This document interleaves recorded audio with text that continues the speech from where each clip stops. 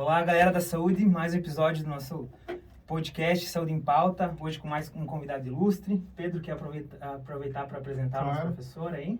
Estamos aqui com o professor Fernando Gershman, ele que é médico pela URGS, especialista em medicina interna e endocrinologia pelo Hospital de Clínicas de Porto Alegre, mestre e doutor em endocrinologia pelo Programa de Pós-Graduação em Ciências Médicas. Tem que chamar um ar aqui porque o currículo é extenso. Também realizou estágio e doutorado sanduíche em Postdoctoral Clinical Research Fellowship pela Universidade de Washington, em Seattle. Atualmente é professor associado do Departamento de Medicina Interna da URGS e atua como pesquisador na área de endócrino e metabologia, envolvendo principalmente as linhas de pesquisa de diabetes, síndrome metabólica e suas respectivas complicações. Seja muito bem-vindo, professor. Pesado esse currículo.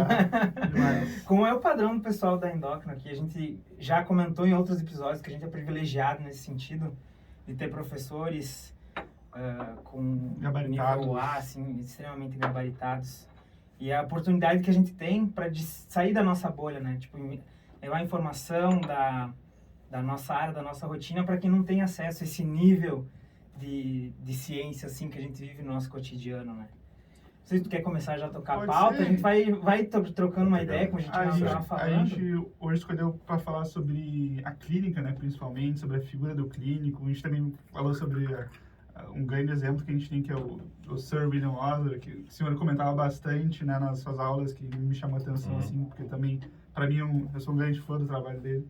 E, então, a gente quer saber, assim, como é que tu vê a figura do clínico hoje, que habilidades o senhor acha que tem que ter para um clínico ser bom, além do conhecimento teórico que a gente já aprende na faculdade, assim?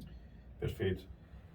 Acho que o conhecimento teórico é muito importante, né? E a consolidação do conhecimento teórico em clínica médica demora muito tempo. A gente aprende na faculdade os conceitos básicos. Durante a residência de medicina interna, a gente tem uma formação complementar muito diferenciada em alguns hospitais, né? E isso faz com que a gente tenha sai da residência em medicina interna achando que a gente pode fazer tudo, né? E realmente, eu acho que assim, o treinamento é super intenso e a gente tem uma capacidade única e habilidade para conseguir avaliar o paciente, estabelecer um raciocínio clínico, um diagnóstico diferencial e definir uma terapêutica de maneira adequada, né?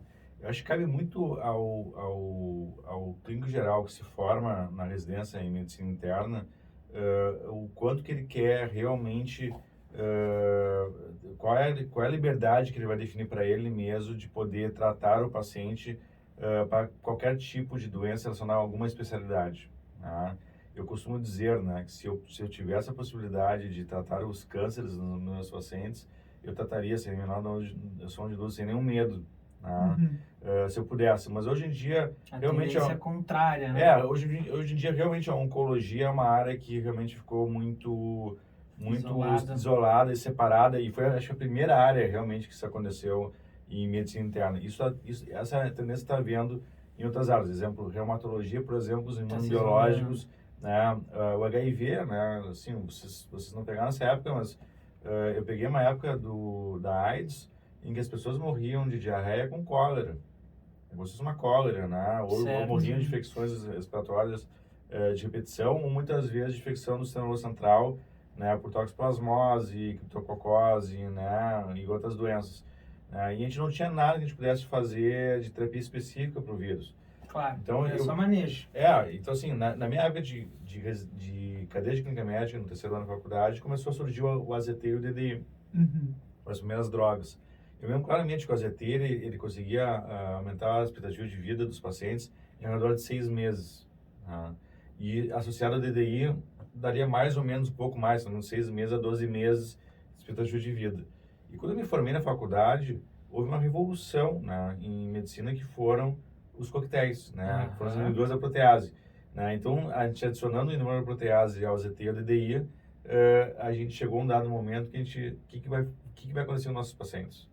Porque a gente não sabia qual que ia ser a expectativa de vida deles. A gente não sabia como é que eles iam muito bem no início, e a gente não sabia o quanto que eles iam continuar indo bem, porque não tinha dado sobre o assunto. Então, assim, naquela época, na minha residência, a gente teve a única oportunidade pelo SUS de ter todas as tecnologias relacionadas ao coquetel em mãos, né, para aprender isso na residência. E isso é um fenômeno, porque raramente hoje em dia a gente consegue ter o mesmo tipo de aquisição de conhecimento em outras áreas. Exemplo, na oncologia tu tem hoje em dia terapias inteligentes, né? Terapias ponto, né? Na metabologia a gente tem medicações para diabetes, são muito caras, né? E que o SUS não conseguiu ainda incorporar como tecnologia própria ao sistema. Então a gente não tem na formação em residência muitas vezes tanta acessibilidade a essas novas tecnologias. Na AIDS, naquela época, a gente tem uma acessibilidade praticamente completa ao tratamento para AIDS. Então, tu saía da residência em medicina interna sabendo tudo sobre AIDS. Eu não tinha nenhuma dificuldade de manejar AIDS se eu tivesse no meu consultório. Hoje em dia, eu não acho que seja bem assim. Concordo. Né? O nível de especificidade é muito Ficou maior. muito né? impressionante. A quantidade de medicações que tem, a quantidade de tecnologias que tem em AIDS é tanta que é muito difícil o clínico geral acompanhar esse tipo de aquisição de conhecimento suficiente para fazer tudo e mais AIDS junto, né? Então, assim, o que eu acho que o clínico geral tem que saber hoje em dia, né? Ele tem que o mínimo que ele tem que saber. Ele tem que, durante a faculdade, construir o raciocínio clínico. Tá. Né? Em tendo o raciocínio clínico e tendo um bom aprendizado dos temas básicos mais importantes de cada especialidade, ele é capaz de fazer um diagnóstico sindrômico. Né? Sim. E baseado no diagnóstico sindrômico, com raciocínio clínico e estudo, né, de um lado, com a conversa e de visão de angústias, que eu chamo, com os colegas, de outro lado, né, ou seja, tu pegar e discutir com os colegas dúvidas que tu tem do caso. Entendi. Né? E o terceiro aspecto, ir nos laboratórios complementares. Então, ir na patologia e discutir a lâmina, olhar a lâmina do microscópio, ir na medicina nuclear e ver as imagens, né, do exame de medicina nuclear. Especialmente na radiologia e discutir as imagens com o radiologista, trocar ideias com o radiologista. Usar o suporte, o aparato todo que se suporte. tem, né? Aí a gente consegue ir do diagnóstico sindrômico para o diagnóstico etiológico específico naquela síndrome definindo uma doença. Baseado nisso, a gente começa então a fazer a segunda parte do nosso trabalho, que é definir o tratamento. Né? Esse tratamento, se tu tem uma boa formação na graduação e mais, eu diria, especificamente na residência médica, tu começa a ter o ciclo inteiro, tu começa a fazer o diagnóstico, o tratamento e ver o que acontece com o paciente. A residência te permite bem isso, né? Então, quando tu está de frente a um diagnóstico novo, né, que tu nunca teve antes, tu se sente capaz, né, de poder seguir definindo a terapêutica do paciente, mesmo que tu não tenha experiência suficiente, e ver o que acontece com ele no final. Né? E isso aí, para quem quer ser clínico geral, é muito importante. Exato. Porque tem muita coisa que não é baseada em ensaio clínico, em clínica geral. Tem muita coisa que a gente lida no dia a dia que é baseado em feeling, em intuição. Né? E essas intuições são baseadas nas nossas experiências do passado, de situações em que tu tem que definir uma direção, e o que aconteceu quando tu definiu a direção, ou porque tu erraste, ou porque tu acertaste, né? E aí o paciente teve um caso bem sucedido ou um caso mal sucedido. E a gente sabe como não fazer, no caso. E a gente sabe como não fazer. Ou os riscos que a gente tem quando a gente toma uma decisão. Né? Então, acho que para ser um bom clínico, a gente tem que passar por todos esses aspectos aí que eu falei para vocês. E as escolas hoje, na tua opinião, professor? Inevitavelmente a gente vai chamar de professor, é convidado, mas aqui é nosso professor. Tu acha que elas estão preparando os residentes para ser esse profissional generalista bem preparado? Ou como os exemplos que tu citou, como a onco e a reumato, estão sendo cada vez mais isolados, assim? Qual é o nível de autonomia que sai um residente de medicina interna hoje? Está menor em relação ao passado? Está maior? Eu acho que não mudou, tá? Assim, não me parece que mudou. O que mudou é que realmente a velocidade de aquisição de tecnologias façam que talvez o domínio, especialmente até mais a terapêutica, faça com que o clínico geral talvez tenha um pouco menos de autonomia, porque ele não se sente dominando eventualmente algo muito muito de tecnologia de ponta, de inovação em determinadas circunstâncias. Né? E eu tenho colegas meus que são clínicos gerais que acabam discutindo comigo casos de metabologia, que eles conseguem fazer super bem o trabalho, tá, de metabologia. Então, eu não vejo problema nenhum, até incentivo Saúde muito. pública é meio que uma necessidade, né? O profissional o clínico geral, o médico de famílias, ter esse domínio, meio que seja mesmo que generalista, porque ele não vai ter tempo de encaminhar o paciente. Enfim, saúde pública, a gente sabe como é que é essa logística toda avessa, né? Então, é necessário esse domínio, né? Perfeito. Eu posso citar um exemplo. Eu tive um caso de um paciente há pouco tempo atrás que me procurou porque ele teve Covid em um dado mês do ano passado e alguns meses depois ele começou com hematúria. Tá. E aí ele foi submetido a procedimento endoscópico para avaliar a origem da hematúria. Se descobriu que era próximo da loja prostática. Se fez uma cauterização dos focos de sangramento e ele continuou sangrando a tal ponto que chegava a fazer obstrução do trato urinário com muita dor e parava na emergência com coágulo e parava na emergência do hospital por distensão, né, por bexigoma, distensão, por pressão do trato urinário. Ele chegou no consultório e disse, olha, eu acho que eu quero tirar minha próstata, né? Tá. E eu falei assim para ele, quem sabe a gente tenta fazer uma avaliação com um colega nosso que é hematologista, para fazer uma avaliação de coagulação. Já tinha vários dados, várias investigações feitas de hematologia, mas eu queria que ele fosse um professor aqui da URGS, né, específico. E aí ele foi, a gente fez uma avaliação e eu discuti com o colega, a gente definiu o intervalo para fazer uma terapia com plasma fresco congelado diário, uma grande quantidade de plasma fresco congelado para ver se a gente conseguia quebrar o ritmo de desequilíbrio entre coagulação e fibrinólise, no caso, né? Então a gente fez isso durante alguns dias, durante uma semana, houve alguma melhora do exame de urina, da hematúria sumiu macroscopicamente e da microscópica diminuiu, mas chegou um momento que começou a piorar novamente. Então, nesse ponto, eu tive que tomar uma decisão. O que eu faço agora, né? E, francamente falando, eu não tinha com quem discutir esse caso. Ninguém sabe o que fazer. Ninguém sabe o que fazer. Eu já tinha passado por urologista, já tinha passado... E eu tive que tomar uma decisão pelo paciente. A decisão que eu fiz, vamos fazer uma prostatectomia. Então, eu chamei um colega meu, discuti o caso, vamos fazer uma avaliação com o nosso colega, e o colega achou que tinha que fazer. Nós fizemos, ele ficou um mês no hospital com sangramentos urinários, sangramento na região próximo da loja prostática. Ele teve que ir para UTI algumas vezes nesse período de tempo, mas ele saiu super bem. Hoje em dia acabou o desequilíbrio hematológico dele, né? Eu sou professor de departamento de medicina interna, mas eu foco mais em metabologia. Claro, mas eu fiz o trabalho de clínica geral aqui. Exato. Né? Não tinha nada de metabologia aqui, né? Então eu acho que essa é a coisa bonita de quando tu acha que tu tem condições de estabelecer um raciocínio clínico, de tu conseguir ir para o livro e conseguir tomar uma direção a nível de hipótese diagnóstica, e tu tem um feeling do que tu pode fazer para o paciente e tu ser bem sucedido, mesmo que não seja a tua área de consideração de atuação. Por quê? Porque tu tem um dom no clínico geral e a capacidade e habilidade de ser clínico geral no caso desses.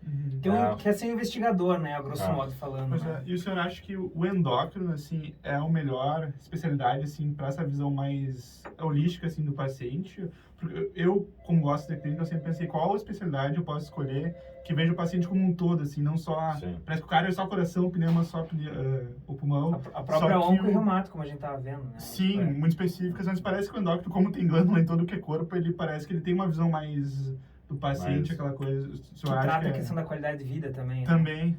O senhor concorda, assim? Ou... Não, eu acho que sim. Eu acho que assim, a gente tem um viés aqui na URGS que a gente teve...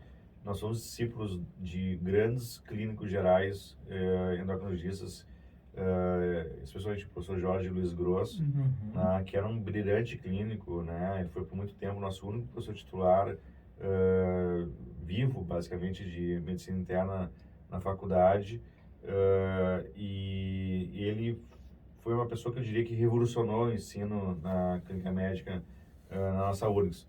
Então, acho que ele nos passou muito a questão de clínico geral, e eu acho que a gente tem uma endocrinologia clínica e com habilidade clínica diferenciada muito por causa dele. Então, acho que a gente tem que levar em desconto levar em conta, dar um desconto para o viés que nós temos aqui no Clínicas.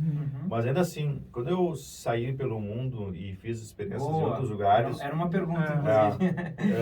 Eu vi que os endocrinologistas, em vários lugares, se tornam chefes de departamento de medicina interna e diretores da faculdade de medicina.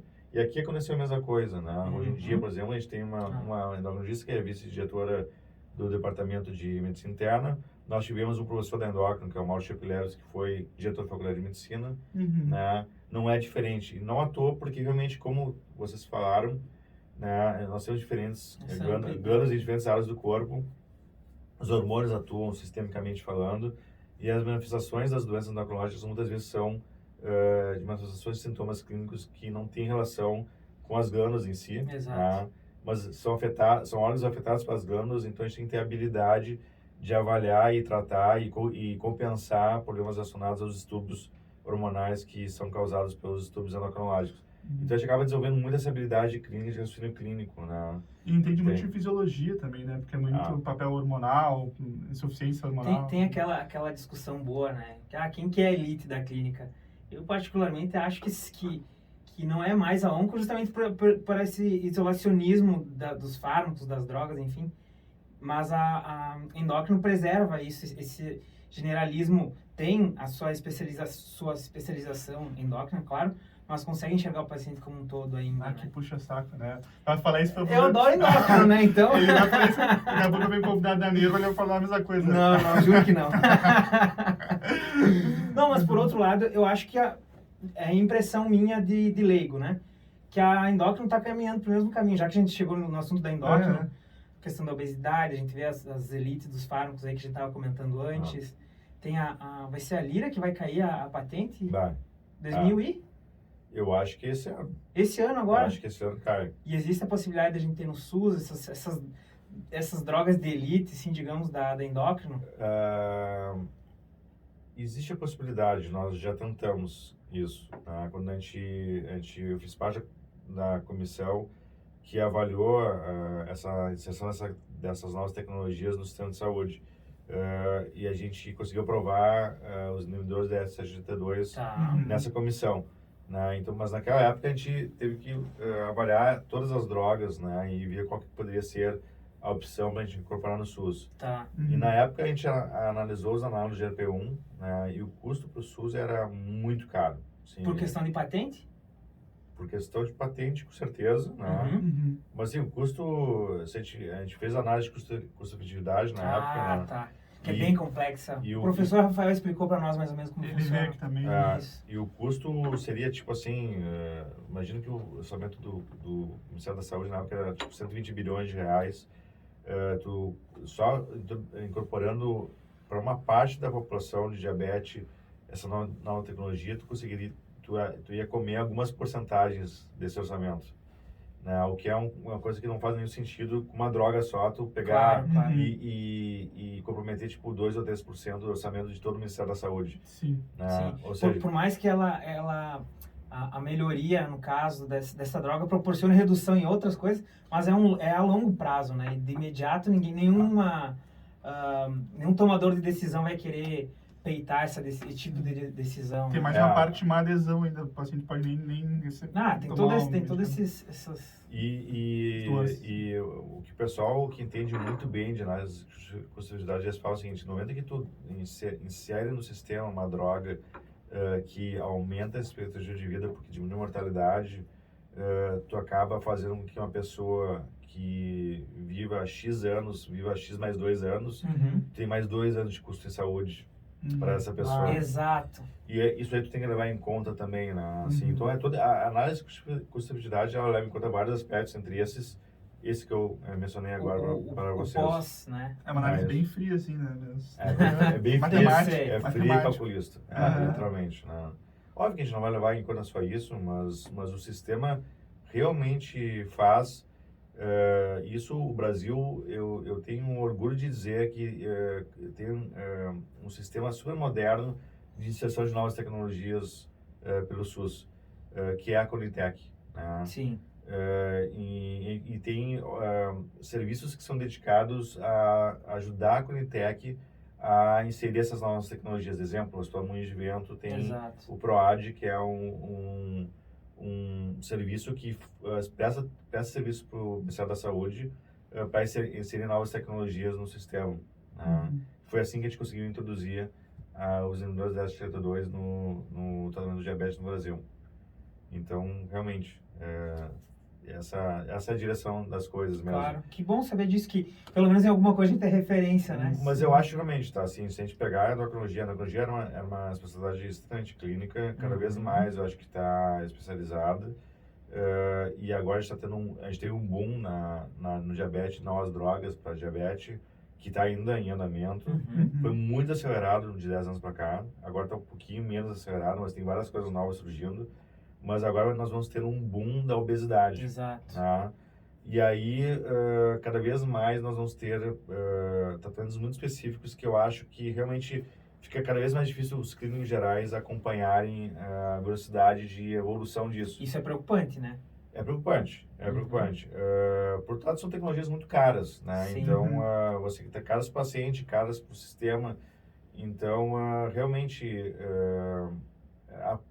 a obesidade é uma doença difícil de tratar, né? E se essas novas tecnologias, eu diria que a gente é muito mal sucedido, né, no tratamento da obesidade. E tu está falando de uma pessoa que entende bastante mudança de estilo de vida. Né? Eu gosto muito de fazer mudança de estilo de vida. Eu tenho vários trabalhos publicados na literatura avaliando como a mudança de estilo de vida ajuda na efetividade. Mas mesmo assim, realmente é muito difícil tratar o paciente com obesidade e diabetes apenas com mudança de estilo de vida. A gente usualmente tem que usar essas tecnologias novas e a gente é super bem sucedido quando a gente consegue utilizar elas, e cada vez mais nos próximos 5, 10 anos. Desculpa, quando a gente entra nesse assunto, assim, só por uma questão de curiosidade, assim, em termos de obesidade, hoje, na literatura, qual seria o padrão ouro, assim, em termos de efetividade no combate à obesidade? Não, essa aqui, ou até guideline, pega várias referências, enfim.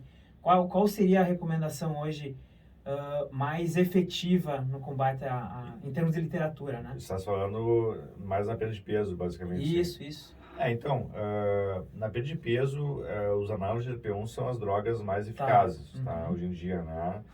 Nos Estados Unidos tem uma droga que é uma combinação do topiramato com a fentermina, que é uma droga super boa também, ela tem uma eficácia super boa, a gente não tem no Brasil. É bem provável que nunca chegue no Brasil essa droga, por causa da fentermina. Sim. Potencial. Que é um derivado anfetamínico, catecolinérgico, então no Brasil é difícil vir, e eu acho que a empresa nunca tentou submeter solicitação para incorporar no Brasil. O Brasil tem uma lei que tu tem que testar, tem que fazer ensaios clínicos da população brasileira para submeter para avaliação da Anvisa, né? Então, se não foi feito nenhum ensaio clínico no Brasil, acho que é mais difícil ainda ser incorporado, né? Mas, sem dúvida, os análogos de GLP-1 são as drogas mais eficazes. Hoje, né? Né? Hoje em dia, se tu pegares, por exemplo, essa droga que vai ser, já foi aprovada no Brasil, né, que é a semaglutida 2,4 miligramas, que se chama Wegovy no comercial, a redução de peso média dela, se a pessoa consegue ir do início ao fim do tratamento, é de 15% a 17%. Né, se não tem diabetes. Quando a gente passou pela endócrina, a gente viu alguns resultados, alguns exemplos ali que beiravam a bariátrica, assim, né? Exatamente. Em diabetes, é um pouco... as pessoas que têm obesidade com diabetes são mais resistentes ao tratamento, então eles perdem um pouco menos de peso, eles perdem de 10% a 12%. Agora, nos Estados Unidos está tendo uma submissão pela Lilly de uma outra droga chamada Tizapatida. Tizapatida. A gente comentou já com a Bruna, uma outra endócrina que a gente tinha comentado. E a Tizapatida já foi aprovada para diabetes nos Estados Unidos e agora está sendo em fast track avaliada para obesidade, deve ser nas próximas semanas aprovada. Aqui para nós. Nos Estados Unidos. Tá. E a média de perda de peso com a tizapatida chega a 22%, né? Que é quase o que a bariátrica faz em 5 anos, que é 25% mais ou menos, né?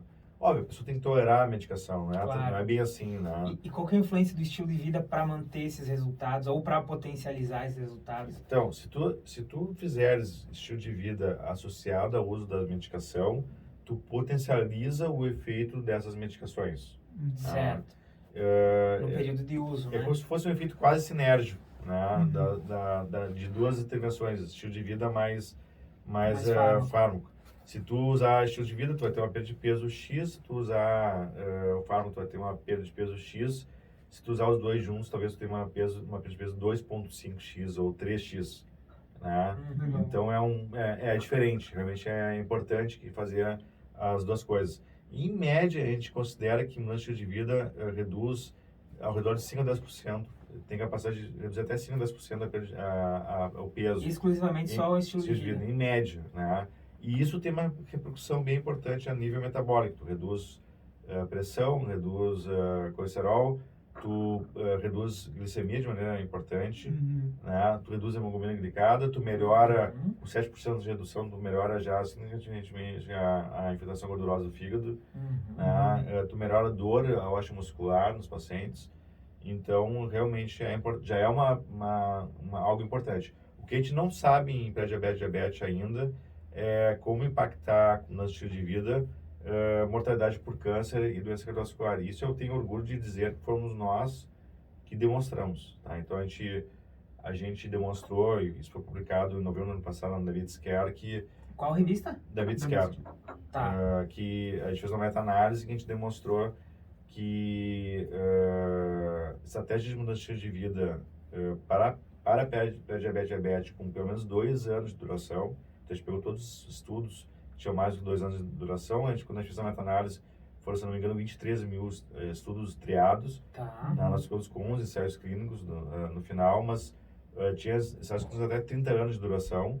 E a gente demonstrou que o nosso estilo de vida não reduz intensiva quando comparado a um estilo de vida padrão. A intensiva não é capaz de reduzir mais mortalidade cardiovascular total versus um estilo de vida padrão. E agora, eu tenho a felicidade de dizer para vocês que nós tivemos uma aluna da Johns Hopkins, veio para Porto Alegre, chinesa. A gente ensinou ela a fazer essas análises e ela publicou, está aceita a publicação há 4 dias, a mesma análise que a gente fez. Olha só, câncer, fresquinha notícia aí, pessoal. Para câncer, e a gente mostrou que o estilo de vida em pessoas com pré-diabetes e diabetes também não foi capaz de reduzir a mortalidade por câncer. Olha só. Então, acho que a gente tem um longo caminho pela frente nessa área de estilo de vida para demonstrar o impacto dessas intervenções a nível de desfechos duros. Isso que a gente precisa tentar entender melhor. Quem que é mais resistente à adesão da mudança do estilo de vida? A classe médica ou os próprios pacientes? Essa é uma pergunta muito interessante. A classe médica, esse é o trabalho que a gente está tentando fazer. Eu sou um dos diretores da Associação Brasileira de Obesidade e Síndrome Metabólica. A gente está hoje no Dia Mundial de Obesidade. Exato. E a gente está tentar quebrar essa resistência dos profissionais de saúde em relação à obesidade. Não só a nível de discriminação do paciente com sobrepeso e obesidade, mas na percepção que os profissionais têm. A maioria das vezes não é discriminação, é percepção em relação ao paciente com sobrepeso e obesidade. De a gente tentar fazer uma abordagem de entrevista motivacional, e tentar entender que a obesidade realmente é uma doença que tem uma série de componentes orgânicos relacionados a ela e que não é culpa que o paciente tenha excesso de peso e que a gente tem que saber lidar com essa questão e não ter uma contra-transferência negativa em relação ao paciente. Nossa, então, a gente está tentando ensinar isso para os alunos na Faculdade de Medicina. Sim. Certo. E tem percebido alguma efetividade? Eu vejo que nos últimos anos essa percepção preconceituosa em relação tanto à obesidade como à diabetes, ela tem diminuído, né? Pouco, não sei o quanto, mas a percepção sem estatística, sem nada assim que eu tenho, é que tem diminuído aos pouquinhos, assim, a passo de tartaruga, mas tem melhorado, né? Eu acho que sim, até porque a prevalência de obesidade no Brasil aumentou muito. Então, cada vez é mais comum as pessoas verem pessoas com excesso de peso.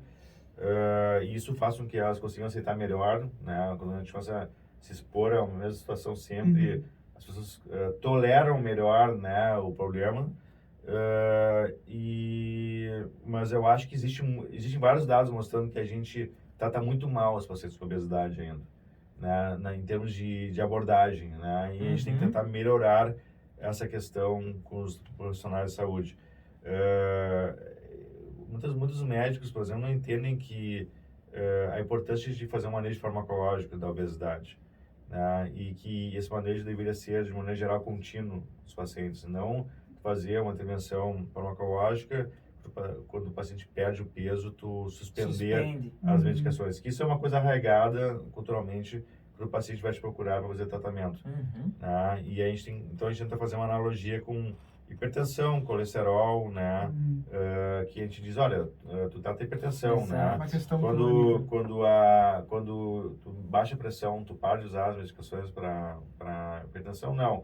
Colesterol, se parar, não. Vai voltar. Glicose, mesma coisa, não vai voltar. Exato. Né? Então, por que tu, no caso da obesidade, que causa hipertensão, causa colesterol alterado, causa glicose alterada, né? Que é a causa, na maioria dos casos, desses problemas, aos quais tu usa medicações, por que tu não faria a mesma coisa para a obesidade, né? Porque está por trás de tudo que tu está tendo, né?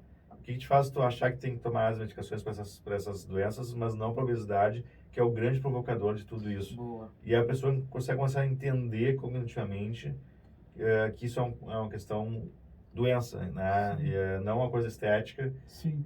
E que precisa ser tratado. E professor, desculpa. Vai lá. Eu queria perguntar se essa é uma dúvida, não sei, meio polêmica, assim, mas obesidade, o senhor considera um fator de risco ou é de fato uma doença? A gente pode considerar as duas coisas, né? Obesidade é um fator de risco no momento que aumenta o risco de diabetes, de distúrbios do colesterol, né? De doença hepática gordurosa, de doenças osteomusculares, depressão, ansiedade associada à obesidade e vários riscos de câncer. Mas a verdade é que, epidemiologicamente falando, a obesidade diminui a expectativa de vida. Sendo então um fator de risco. Não sendo só um fator de risco, mas também uma doença. Uma doença como um todo. Até porque causa, né, pior do sono, piora da respiração e outras coisas per si. Tem até aumento de chance de morte súbita, né, só por questão da obesidade. Então, exatamente. Tem a gama... Já falando nesse assunto epidemiológico, né, um assunto que é polêmico é a questão financeira. A gente sempre fala aqui quando convida um especialista, então dessa você não vai fugir. Tem uma cultura de que o assunto era medicina interna, mas já que a gente está falando de endocrinologia, né? A endocrinologia é uma especialidade pouco procedimentalista, né? Tem poucos procedimentos. Agora a gente tem os polêmicos ali, os implantes hormonais, os chips da beleza, que a gente até pode comentar de novo. Inclusive é uma especialidade onde mais tem exercício ilegal da profissão, né? Pessoas que não são endócrinas exercendo atividades que são da especialidade de endocrinologia, né? Tinha essa cultura até pouco tempo atrás de que financeiramente o custo-benefício da endocrinologia não era tão grande quanto as outras especialidades. Porém, a epidemiologia, como a gente estava comentando agora, vem mostrando, não sei se é ético eu falar dessa forma, mas vem mostrando um mercado crescente para a área da endocrinologia, né? Queria que tu comentasse, francamente, assim, financeiramente, o custo-benefício de um aluno de medicina passar por 6 anos de medicina, 2, 3 anos de MEI, depois fazer endocrinologia, o que ele vai esperar do mercado daqui 3, 4 anos? Essa tua pergunta é muito boa. Eu não acho que vocês têm que se sentir culpados de falar sobre dinheiro. Sim, é um tabu ainda, né? É um tabu, né? Assim, só que medicina é uma profissão, né? É uma profissão. Então, assim, eu acho que essa questão, né? O que vocês tinham pensando na pauta, né? O que falta na faculdade de medicina, né? A gente fazer, eu acho que a gente discutir o mercado é muito importante, né? Como qualquer outra faculdade. Estabelecer o que o mercado quer do médico é fundamental. Exato. A gente sai sem saber. E eu acho que é importante o estudante conhecer o mercado até para a questão de frustração, né? Ele sai, acha que tem uma expectativa que vai ser tão remunerado, vai ser tão, como é que o mercado é, e ele acaba, né, se frustrando. É isso aí. Então, assim, o que eu acho em relação então, voltando à pergunta, claro, né? Comparativamente, o endocrinologista financeiramente em relação a outras especialidades de medicina interna, eu acho que, em média, acho que a gente tem uma renda menor do que especialidades como oncologia, hematologia, possivelmente cardiologia, gastroenterologia. Reumata, não sei. dermato eu tenho alguma dúvida, tá? Porque é uma especialidade muito clínica. Também. Se tu faz estética em dermatologia, tu vai ter um retorno financeiro muito Exato. bom. Muito bom. Né? Então, né, infectologia também não é muito diferente de endócrino, ao meu ver. Né? Mas são áreas que têm atuações diferentes. Por exemplo, o infectologista, se for, eles têm uma opção muito legal, que é ele ser membro da comissão de infecção hospitalar dos hospitais. Ele tem essa possibilidade de trabalhar como esse campo de atuação. Né? O nefrologista, ele ganha dinheiro em procedimento no momento que ele faz diálise. Então, Exato. assim, Empreendendo, né? Então, assim, até para vocês saberem, né, no momento que o nefrologista está fazendo um plantão numa clínica de diálise, né, ele está cuidando de vários pacientes ao mesmo tempo, e em vez de ganhar dinheiro, muitas vezes, tá, quando a clínica é privada, com um paciente, ao mesmo tempo está ganhando com vários Ele pacientes. consegue escalar isso, né? E o endócrino não consegue fazer isso. Né? Então, essa é uma diferença que eu acho que é importante vocês saberem, né? O endócrino tem uma vantagem que é um campo de trabalho imenso. Né? Então, tu sai da residência com diversas opções já para começar a trabalhar diretamente. Né? Não digo que são opções boas, eu estou dizendo que existem opções. Sim. E à medida do tempo, tu vai moldando ao longo da vida o que tu acha que dentro dos teus valores seria a melhor direção, né, em si. Né?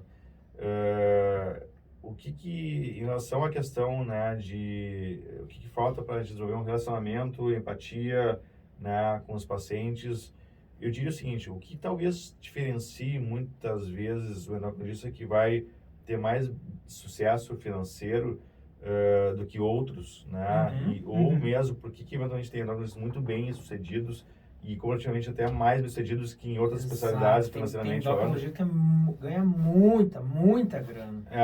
Então, assim, eu acho que são alguns aspectos. Primeiro, saber muito bem clínica geral.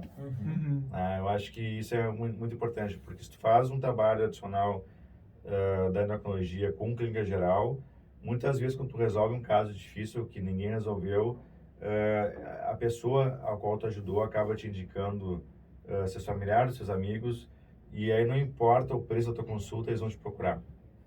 Claro. Então, acho que isso, mas demora um tempo, não é da noite pro dia que tu faz isso. É um marketing, o boca a boca ele é extremamente efetivo, mas ele é lento, né? Isso aí. O segundo aspecto é que, realmente, a empatia é muito importante, né? E o endocrinologista se envolve muito com o manejo da obesidade e diabetes, em que a mudança de vida é muito importante, né? E a intervenção comportamental muito importante. Então, a gente tem, hoje em dia, desenvolver habilidades de intervenção motivacional, né? E de empatia para conseguir entrar em sintonia com o paciente. Né? E no momento que tu entra em sintonia com o paciente também, né? Tu acaba sendo mais bem sucedido em si. Tem terceiro aspecto, que é a retenção e a detenção do conhecimento. Então, se tu faz uma formação acadêmica adequada, tu pode muitas vezes, além de trabalhar diretamente com o paciente, tu pode trabalhar com pesquisa, né? Hoje em dia, a gente tem uma série de possibilidades de trabalhar em pesquisa e com retorno financeiro, né? Bem interessante. Na endócrino e na medicina. No Brasil. E a gente pode tentar realmente ter um bom retorno em relação a isso. Por exemplo, se tu trabalha com análise de custo-efetividade, né, as indústrias farmacológicas muitas vezes elas te contratam para fazer trabalhos para depois submeter ao Conitec. Mas eles precisam de gente que faça isso, são poucas pessoas que fazem. Então, essas pessoas que fazem isso acabam tendo um excelente retorno financeiro. Sem dúvida. Que é um trabalho ocasional, né? Eu posso contratar uma empreitada de serviços com a indústria farmacêutica, elaborar e fazer por contrato. Podia levar tipo, paralelamente? Dá para fazer. Claro que demanda uma concentração gigante, né? Mas dá para fazer paralelamente a clínica, a consultório, enfim. Eu te diria que o que eu ouço as pessoas que fazem isso fazer hoje em dia, quando elas começam a fazer, muitas vezes elas param de ver o paciente. Elas têm um retorno tão bom que acabam... Eu não tinha noção de que era tão bom assim a esse ponto. Assim, é uma questão... Imagina que tu tem um mercado numa medicação de 5 bilhões de reais no Brasil, 10 bilhões de reais no Brasil, mas isso não produz fazer uma tecnologia no sistema de saúde, né? Então, assim, no momento que tu pede uma consultoria para uma pessoa que é expert para fazer uma análise para ti, essa pessoa vai cobrar bem, porque sabe que se a indústria se demonstrar que é benéfico para a população, o lucro da indústria vai ser muito grande, o faturamento vai ser muito grande. Né? Então, realmente, o pessoal acaba tendo um excelente retorno financeiro. Nesse sentido, são poucas pessoas que fazem isso. Né? Então, é um trabalho muito especializado. No Brasil tem muitos preconceitos assim, com o médico que trabalha na indústria farmacêutica. Né? Eu acho um excelente campo de trabalho e que a gente, aqui em Porto Alegre, o pessoal tem um maior ainda. Ah, é? Eu acho que, eu vou te dar um exemplo, Campinas, por exemplo. Tá, eu ia dizer, em relação a São Paulo, imagino, né? Porque Campinas, eles são super abertos, né? E tem várias vagas no trabalho e eu acho bem interessante.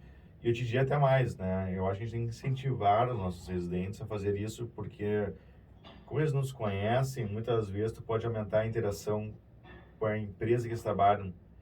Né? E eu acho que a interação com a indústria farmacológica pode ser muito saudável no hospital escola. Sim. Óbvio, respeitando questões éticas importantes. Né?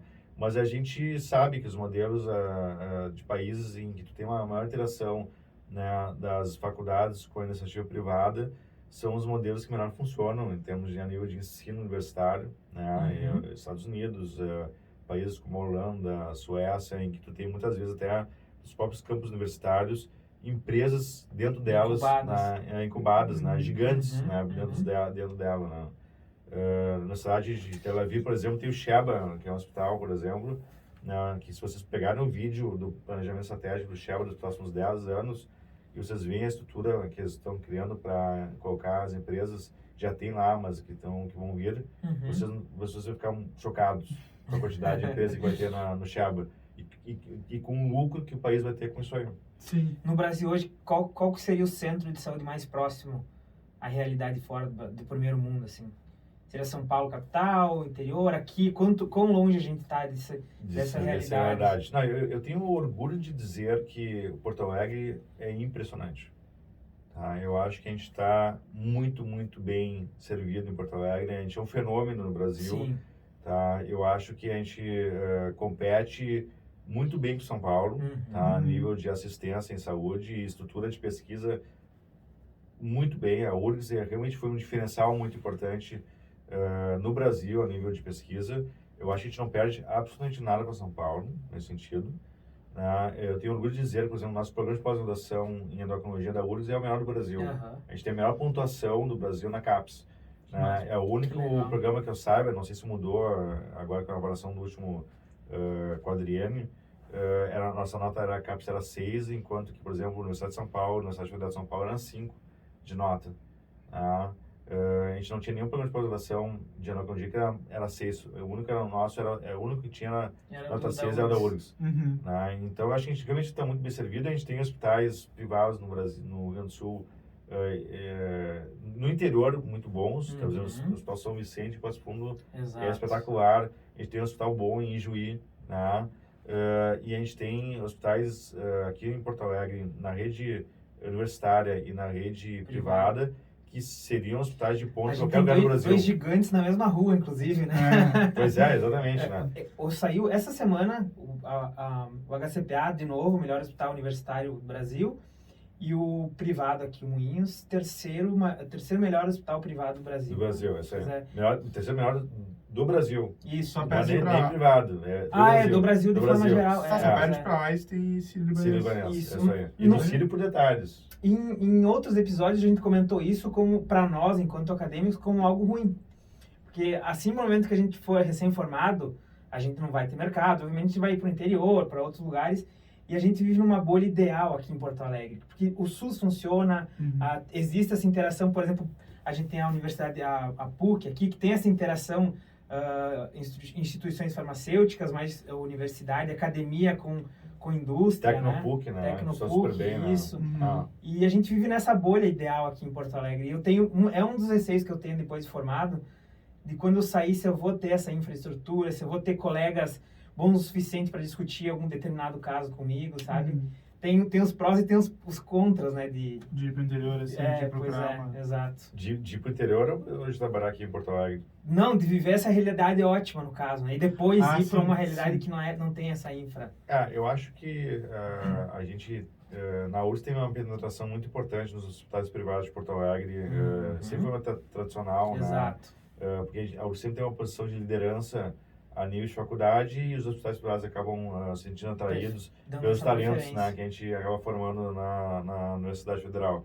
Então, no momento que tu faz aqui a formação e faz residência, eventualmente no clínicas, ou faz inicialmente no clínicas, depois volta e faz outro lugar, depois volta, né, tu acaba muitas vezes sendo convidado, né, para trabalhar nessas instituições. Uhum. Né? E às vezes em posição de liderança, né?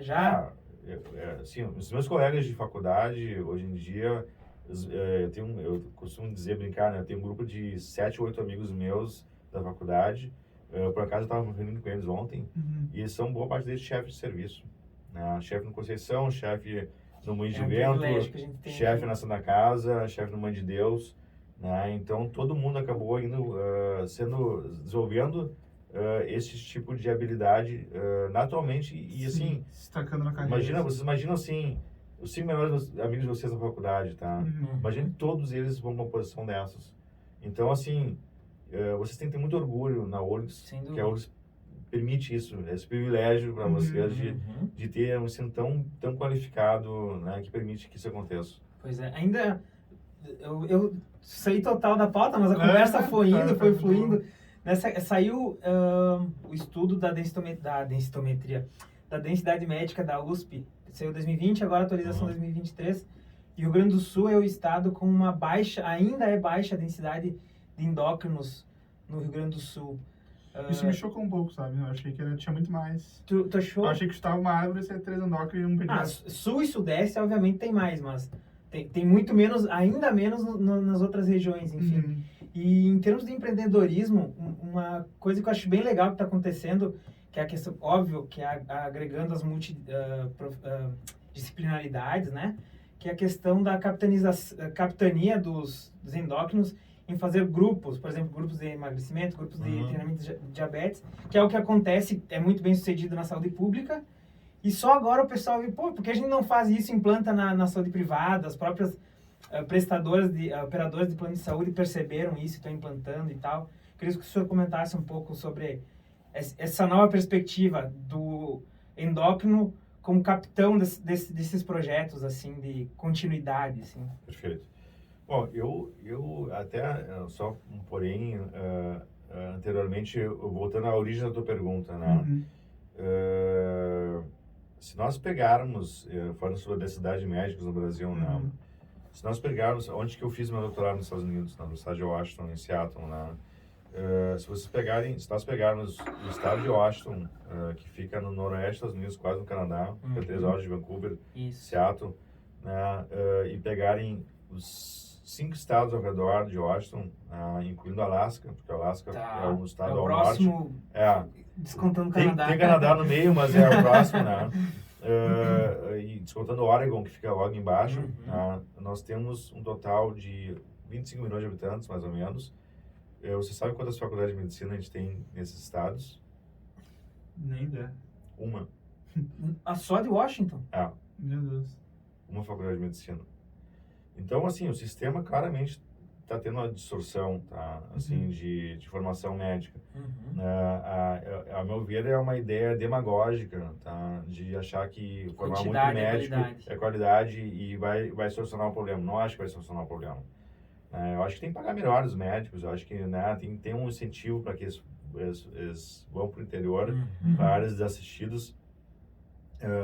O estabelecimento da carreira médica, né, que é uma coisa que para os juízes tem, né, e eles vão para o interior. Sim. A gente não tem que ter a mesma coisa para médico. Interessante. Tipo, incentivo, assim. Incentivo com vale alimentação, com vale moradia, né, e com valores de salário dignos, né? Claro, assim, sejam competitivos com as metrópoles, né? E com uma estrutura digna de acho que o assistência. O que a gente pega no interior é justamente o cara vai fazer tem a vida na mão da pessoa e não tem os equipamentos para diagnosticar, acho que ele se sente impotente. Né? Exatamente.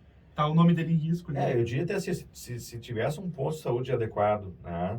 E que tu tivesse uma estrutura de transferência adequada e com acessibilidade, tu vai ligar para um lugar de referência e ele vai aceitar o teu paciente, né? Ou vai poder te dar um teleatendimento para te ajudar na assistência enquanto o paciente não for transferido, né? E que funcionasse efetivamente bem, eu diria que isso seria Esse problema suficiente. geográfico seria bem menor, né? Desde que o médico fosse bem pago para fazer esse tipo de trabalho, né? Que eu acho que não é a questão.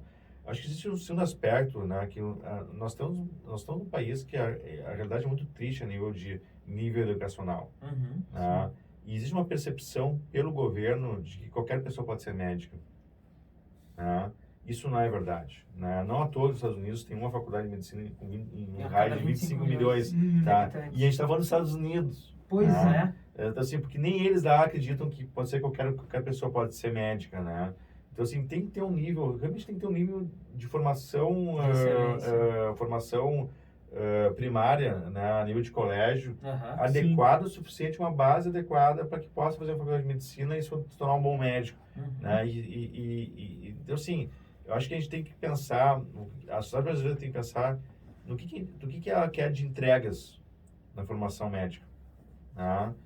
E aí eu acho, né, que a outra questão que eu diria é o que a gente precisa mudar no nosso sistema avaliativo, né, para que a gente consiga filtrar melhor quem realmente se forma nas faculdades. Eu não estou falando na URGS, estou falando nas faculdades. Será que seria interessante nós fazermos uma prova da OAB, né, para alunos de medicina, né, em que provavelmente se fizesse uma prova do nível da OAB em medicina, qual é a porcentagem dos alunos que se formam nessas faculdades que realmente passaria? Alguém poderia alegar, tá, mas essa prova não vai te garantir que a pessoa realmente esteja avaliando o conhecimento médico de maneira adequada. Tu tem toda uma parte prática. Mas eu acho que como primeiro ponto, né, e os Estados Unidos é muito bom nisso, qual é a ideia dos Estados Unidos? Se a pessoa não tem um conhecimento teórico adequado, não precisa avaliar mais nada. Né? Pode ser a pessoa mais empática do mundo, mas não vai ter técnica mínima para fazer uma intervenção correta, né? Isso. E acho que a ideia que aqui na URGS nós temos, né, que a gente vê em outros lugares diferentes, e o pessoal diz assim, eu vou lá para aquele estágio porque lá eu posso pegar na mão, eu posso fazer as coisas, né? Fazer as coisas com qual conhecimento? Né? É algo irresponsável tu largar um aluno para fazer um estágio, tá? Que ele vai poder ter liberdade de fazer procedimentos, tá? Sem ter tido uma aula adequada e uma formação adequada para isso. Né? Nos Estados Unidos isso é inadmissível. Né? Alemanha, Europa, de maneira geral, qualquer lugar. Né? Então, assim, o que eles fazem? Assim, tu tem que provar que tu está dominando bem a teoria para depois começar a falar com o paciente, depois examinar ele, depois tu começar a fazer procedimentos. E isso é muito bem respeitado em sociedades desenvolvidas. Né? E eu acho que a sociedade brasileira vai ter que ir rumar para essa direção. Tá? Eu acho que isso é muito importante. Né? A gente não é possível que no Rio Grande do Sul a gente tenha o número de faculdades de medicina que a gente tem. É surpreendente achar que a gente tem tantas pessoas inteligentes fazendo medicina. Assim, né? Pois é. E em termos de ensino, né?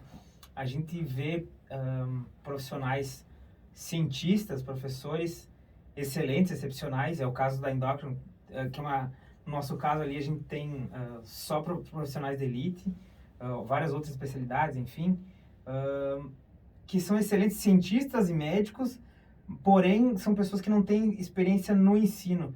Qual que é importante, que é o ponto-chave para um bom médico saber ensinar? Eu acho que era a pauta do outro, se tu quiser emendar a pergunta para a gente adiantar o tempo, mas eu acho que é importante essa pergunta, né? Do ensino médico, né? O que falta no ensino médico? Eu acho que a gente ter bons exemplos é muito importante, né? Exemplos de ética adequada, né? Então, assim, de uma maneira geral, todos nós vamos ter um mestre ou alguns mestres que nos servem de exemplos. Sim. Né? E eu acho que os valores que eles passam são muito importantes. Tá? Tanto os valores ruins como os bons. Tá? Assim, né? E daí tu tem esses valores entram em choque cultural com a tua formação em casa. Né? E com isso tu vai determinar o que tu acha que é certo ou errado na tomada de decisão, na tua vida, na tua carreira profissional. Então, eu acho que isso é um aspecto importante. A faculdade molda isso, né? A faculdade tem uma série de cadeiras que pode te ajudar a moldar, independente de tu ser influenciado por um ou que outro professor. Por exemplo, bioética, né? Por exemplo, né? Medicina legal, né? Então, em se levando em conta isso, eu acho que o Clínicas certamente é o hospital, é o Hospital do Rio Grande do Sul e a URSS com a maior densidade de professores com doutorado aqui no Rio Grande do Sul. Né? E o ensino de formação a nível de pós-graduação, a nível de mestrado e doutorado, ele tem como um dos objetivos um programa pedagógico para ensinar o profissional a ensinar. A ensinar. Tá? Então, isso é um dos elementos que faz parte os nossos programas de pós-graduação. É uma das missões dos nossos programas de pós-graduação. Né? Então, no momento que a gente tem uma necessidade maior de professores com doutorado, eles passaram por esse processo ao qual a missão, uma das missões era aprender a ensinar. Né? Óbvio que depende muito da habilidade daquela pessoa incorporar isso na sua atividade profissional. Né? Eu acho que isso é uma coisa muito importante em si. E eu acho que a gente tem que estar o tempo inteiro, continuamente nos autoavaliando, tentando entender o que a gente fez errado no nosso dia anterior, quando a gente passou por um grupo de alunos, como é que a gente pode tentar melhorar isso aí. E o professor nunca pode perder o entusiasmo, a motivação. Né? Eu costumo contar para os alunos, eu nunca mais vou esquecer de uma situação em que eu tinha uma aluna que a gente estava na clínica médica, na internação, e eu falei, olha, tu vais ficar com tal caso, tá? Então tu vai acompanhar tal caso desse. E ela assim, pô, professor, mas esse caso é tão chato, tão monótono, né? E daí então eu vou te contar a história. Tinha um professor em Harvard que ele fez a formação em Harvard, né? E aí, isso foi no início do século XX. E aí ele decidiu fazer uma pós-graduação em patologia da paratiroide, com grandes patologias que tinha de paratiroide, que eram patologias na Áustria. Vocês imaginam alguém sair da América do Norte, né, para mandar uma carta, né, não tinha mais nada além disso, demandava para Viena a carta, a pessoa tinha que ler a carta em Viena, voltar outra vez de barco para a América do Norte. Imagina o processo todo. A pessoa decidia, então eu vou para lá fazer a minha pós-graduação, né, não tinha nem ideia o que era a Áustria naquela época, não sei, certo? Imagina as fantasias. Mas ele fez isso aí, e quando ele voltou para Harvard, quando ele voltou para os Estados Unidos, ele virou especialista na tal da paratiroide, que tem que saber muito bem para que servia, né? Sabia que existia doenças ósseas relacionadas, e aí deram para ele uma posição no hospital, no Brigham and Women's, que é o hospital no Massachusetts General Hospital, tá? Que é o hospital do condado de Boston, que é o hospital escola da Universidade de Harvard. Deram para ele 3 ambulatórios, um de cálculo renal, um de doenças ósseas metabólicas, e uma de doenças endocrinológicas, que era uma coisa que estava nascendo na época, assim, né? E aí ele tinha uma salinha que ele podia analisar a urina, o sangue no microscópio, tentar entender, e era um cara brilhante em anamnese, exame físico. Ele ia fazer anamnese, exame físico completo com os pacientes, voltava, analisava as coisas, voltava a falar com os pacientes e conseguia entender bem os casos e descrever os casos. Então, ele foi uma pessoa que acabou descrevendo boa parte das doenças osteometabólicas e várias outras doenças endocrinológicas. Bom, um dia, esse professor estava no laboratório, e aí dois residentes dele vieram, né, no laboratório, e ele pediu para um dos residentes do laboratório, tu vai lá e vai ver esse caso que chegou hoje para nós avaliarmos. Esse paciente é um paciente longilíneo, ele tem um micropênis, ele tem um testículo pequenininho e duro, né? Ele não tem pelos no corpo, ele tem pelos rarefeitos no corpo, ele tem perda de libido, né? Nunca teve filho. Eu não sei o que é esse caso, mas vai lá ver o paciente e vamos tentar entender bem, vamos fazer aquele processo todo, né, que eu mostrei para vocês como é que tem que fazer, anamnese completa, exame físico, vou analisar a urina, sangue, vou tentar entender o que esse paciente tem. E aí esse residente estava muito entretido com outro paciente com diabetes, e ele gostava mais de diabetes, falou assim, o senhor se importa de passar para o outro colega, né, esse caso, porque eu estou entretido, gosto mais de diabetes. Mesma coisa assim, parece boring, né, parece monótono, eu quero, né, ir para o outro paciente. E aí eu costumo dizer para a aluna, né, como é que era o nome desse residente que avaliou esse paciente. Daí ela ficou pensando assim, o nome dele é Klinefelter.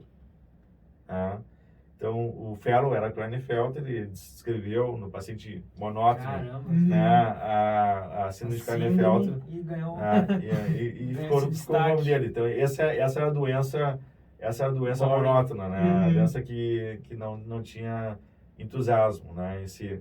Boa. Então, realmente, eu acho que a questão de nós mostrarmos para o aluno, né, pedagogicamente, né, a nível de ensino, que todo caso pode ser um caso lindo. A gente tem muita tiragem de qualquer caso, e todo caso é assim. A gente descobre, tá? A gente acha soluções para tornar o caso interessante, né? Eu diria que é o primeiro passo para tu ser um bom professor na faculdade de medicina. E eu acho que se todo mundo conseguisse seguir isso, a gente faria com que todos vocês ficassem muito entusiasmados com o que a gente faz. É difícil, mas é uma missão, né? A rotina tenta nos tirar isso, mas é justamente esse o desafio, né? Manter essa motivação, né? Não sei se tu quer seguir a pauta aí. Não, pode ser, como o senhor estava comentando, que a medicina é feita através muito dessas inspirações, né, que temos com grandes figuras. Eu queria saber, assim, como a gente estava falando do William Osler, assim, qual tu acha que foi o maior legado, assim, tanto da prática clínica dele, como Ele é muito conhecido pelos seus aforismos, né, que eu acho que passa grande conhecimento aí. Uma pessoa conseguir resumir tantas coisas em poucas palavras, né? O Osler, ele conseguiu estabelecer 3 conceitos que foram muito importantes na medicina moderna e que ainda hoje em dia são fundamentais na formação médica. O primeiro é o ensino à beira do leito, né, que foi ele que definiu. Até então nós fazia. O segundo foi a residência médica, né, porque ele dizia que o médico, para entender bem todo o processo de doença do paciente, tinha que morar no hospital, né? E no momento que ele morasse no hospital, ele ia aprender. Então, ele literalmente criou a residência médica. Né? Não que chama residência, né? Sim. Porque você tinha que morar no hospital. E o terceiro é o Journal Club, né? É o clube de revista, que foi ele também criou. Então, ele literalmente criou as bases para a medicina moderna. Que absurdo, né? Uma pessoa só. Homem totalmente à frente do seu tempo, visionário total. Impressionante, né? Sim. Ele teve um outro tipo de luta, assim, que eu sei que foi a questão das mulheres na medicina também, uma parte também que via como um pouco incluso isso. E pra mim, tipo, tem várias coisas que ele fala, assim, que eu enxergo como eu vejo a medicina, aquela coisa do um bom médico vê a doença, um grande médico vê o paciente, né? Aquela visão, assim, do todo de um clínico, assim, de mão cheia mesmo. Assim. Use os 5 sentidos para fazer o diagnóstico de uma doença, né? Ele falava isso. Nunca feche o diagnóstico, mantenha sempre ele aberto. Né? Boa. A medicina é a ciência da probabilidade, a arte da incerteza. É isso aí. Essa é muito boa também. E ele era um obcecado por bibliotecas. Né? Ele parece que doou muito dinheiro para a construção de bibliotecas. Ele era um canadense, né? Canadense. Isso aí. A gente diz que é o pai da clínica, mas na verdade é o pai da medicina moderna, né? As bases se estenderam tanto para a cirurgia, para outras especialidades, né? Hoje é impossível, eu não consigo ver outra medicina que não é uma medicina baseada em evidências, que é essa mesma que a gente tem. Na época não era medicina baseada em evidência, né? Não. A medicina baseada em evidência, na verdade, ela nasceu antes, mas assim, quem definiu bem a medicina baseada em evidências de maneira concreta, né, na linha do tempo, assim, nasceu a medicina baseada em evidências, foi o David Sackett, né, que é da McMaster. Que era outro canadense também, né? É isso aí. E ele acabou formando o Gordon Guyot, que é vivo até hoje. Né? A minha esposa teve aula com o Guyot. Caramba, que legal! Então, ou com o discípulo do Guyot, não, agora acho que o Guyot também estava junto no meio dessa história. Não sei se foi com o Guyot ou foi um discípulo dele, tá? Um discípulo mesmo dele. Sim. Então, o que trabalhou junto com o Guyot. Mas assim, então, realmente, vocês veem, né? Falando a mesma coisa, né? O que é o impacto quando tem uma pessoa tão importante numa escola. Né, que a McMaster hoje em dia é a nossa referência em medicina baseada em evidências. Foi eles que por eles que criaram o método. Criaram o método. Simplesmente né? criaram o método. E a gente se baseia tudo nisso, e eles têm, hoje em dia, realmente, o centro de pneumologia deles é impressionante. Né? Assim, eu vejo que a minha esposa tem comunicação direta com a McMaster, com esse pessoal que foi discípulo do Guyot, né? E eles são impressionados. Impressionados. Pô, pra chegar lá não é qualquer um também, né?